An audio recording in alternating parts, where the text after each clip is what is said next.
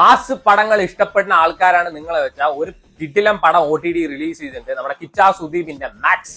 So നിങ്ങൾ ഈ ലോജിക്കും കാര്യങ്ങളൊക്കെ പടങ്ങളിൽ നോക്കുന്നവരാണ് വെച്ചാൽ പ്ലീസ് സ്റ്റെപ്പ് അവേ എന്ന് ഞാൻ പറയുള്ളൂ. കാരണം ഈ സിനിമ നിങ്ങൾക്ക് ഉള്ളതല്ല. സോ ഇത് നമ്മുടെ കൈദി പോലത്തെ പടമാണ്. അതായത് ഒരു രാത്രി സംഭവിക്കുന്ന കുറച്ച് ഇൻസിഡൻസും കാര്യങ്ങളാണ് ഈ സിനിമയിൽ കാണിക്കുന്നത്. അതേപോലെ തന്നെ പോലീസ് സ്റ്റേഷൻ ആക്രമിക്കൽ അത് തന്നെയാണ് ഈ സിനിമയിലും. പക്ഷെ കൈദി ഇതായിട്ട് നമുക്ക് കമ്പയർ ചെയ്യാൻ പറ്റില്ല. കാരണം ഇതിന്റെ ജോണർ കംപ്ലീറ്റ്ലി ഡിഫറെന്റ് ആണ്. ഒരു കിടിലം മാസ് പടം കേട്ടോ. നമുക്ക് വേണമെങ്കിൽ വെറുത്തനം എന്നൊക്കെ പറയാൻ പറ്റുന്ന പടമാണ്. ഈ സിനിമ സിംഗിൾ ഹാൻഡ്ലി ഷോൾഡർ ചെയ്തിരിക്കുന്നത് കിച്ചാ സുദീപ് തന്നെയാണ്. ആളുടെ ഒരു പെർഫോമൻസ്, ഒരു സ്വാഗ്, ഒരു ആറ്റിറ്റ്യൂഡ് ഉണ്ട്. അതും ഈ മറ്റേ BGM കൂടി ആകുമ്പോൾ ഒരു കിടിലം BGM ആണ്. മാക്സിമം ഡിസ്ട്രാക്ഷൻ എന്നൊക്കെ പറഞ്ഞിട്ട് അതും കൂടി ആകുമ്പോൾ കുറെ മാസ് മൊമെന്റ്സ് നമുക്ക് കിട്ടും. അതേപോലെ കുറെ ഫൈറ്റ് ഉണ്ട്. അതായത് 5 to 6 ഫൈറ്റ്സ് എന്നിട്ട് അടുപ്പിച്ച് ഫൈറ്റ് ആണ്.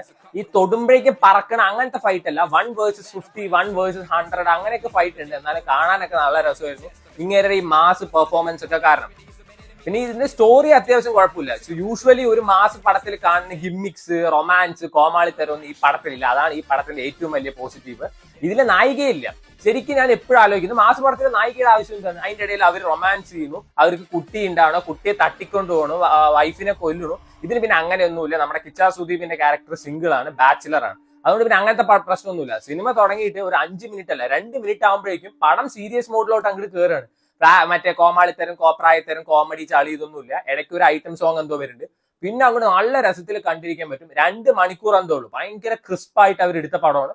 കിടിലനായിട്ട് തന്നെ കണ്ടിരിക്കുക. ഇതിൽ നെഗറ്റീവ് ഷെയ്ഡഡ് ആയിട്ട് ഒരു കഥാപാത്രം ചെയ്തിരിക്കുന്നത് വരലക്ഷ്മി ശരത് കുമാർ. ഇപ്പൊ ഒരു നമുക്ക് ലേഡി ക്യാരക്ടർ വേണം, അത് നെഗറ്റീവ് ഷെയ്ഡഡ് ആയിട്ടുള്ള ക്യാരക്ടർ വേണം വെച്ചാൽ വരലക്ഷ്മി ശരത് കുമാറേക്കാളും നല്ലൊരു ക്യാരക്ടർ വേറെ ഇല്ല, ഒരു ആക്ടർ വേറെ ഇല്ല. കാരണം അടിപൊളിയായിട്ട് ആള് നെഗറ്റീവ് ഷെയ്ഡഡ് ക്യാരക്ടേഴ്സ് ഒക്കെ പെർഫോം ചെയ്യുക. ഇതിലും നന്നായിട്ട് തന്നെ പെർഫോം ചെയ്തിട്ടുണ്ട്. ആള് നല്ല രസമായിരുന്നു കണ്ടിരിക്കാം. പക്ഷെ ഒരു നെഗറ്റീവായിട്ട് എനിക്ക് സിനിമയിൽ തോന്നിയത് പ്രോപ്പർ വില്ലൻ ഇല്ല, ഒരു സ്ട്രോങ് വില്ലൻ എന്നൊന്നും പറയാനില്ല.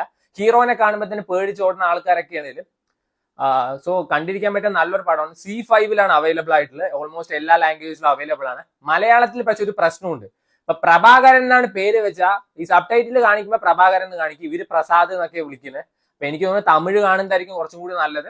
സോ നിങ്ങൾക്ക് സമയം ഉണ്ടെങ്കിൽ കണ്ടു നോക്കുക. അപ്പൊ നമ്മൾ മലയാളം ഫിലിം ഇൻഡസ്ട്രിയെ പറ്റി പറയുന്നില്ലേ, Malayalam film industry is miles ahead of other industry. സത്യം തന്നെയാണ്, ഞാൻ സമ്മതിച്ചു. പക്ഷെ നമ്മൾ മലയാളത്തിൽ നിന്ന് ഇങ്ങനെ ഒരു മാസ് പടം കണ്ടിട്ട് എത്രയും. നമ്മൾ മാർക്കോന്റെ കാര്യം പറയും. മാർക്കോ ഒരിക്കലും ഒരു മാസ് പടമായിട്ട് എനിക്ക് തോന്നിയിട്ടില്ല. വയലൻസ് അല്ലെങ്കിൽ ഒരു വയലൻസിന്റെ എക്സ്ട്രീം ലെവൽ കാണിച്ചു തരുന്ന ഒരു സിനിമ, അതാണ് മാർക്കോ. അപ്പൊ മാസ് അങ്ങനെ ഒരു ജോണറിൽ അങ്ങനെ ഒരു ട്രൈ നടത്തിയത് നമ്മുടെ KOK ആണ്, അതായത് കിങ് ഓഫ് കൊത്ത. പക്ഷെ അത് അമ്പേ പരാജയമായി പോയി എന്ന് പറയാം. ഇപ്പൊ തമിഴിൽ നോക്കുകയാണെന്ന് വെച്ചാൽ ജയിലർ പോലെ പടങ്ങളുണ്ട്. ഇപ്പൊ നമ്മൾ കന്നഡയിൽ നോക്കുകയാണെന്ന് വെച്ചാൽ ഇപ്പൊ മാക്സ് പോലുള്ള പടങ്ങളുണ്ട്. അതേപോലെ തെലുങ്കിൽ ഇപ്പൊ ഡാക്കു മഹാരാജ് ഇറങ്ങിയിട്ടുണ്ട്.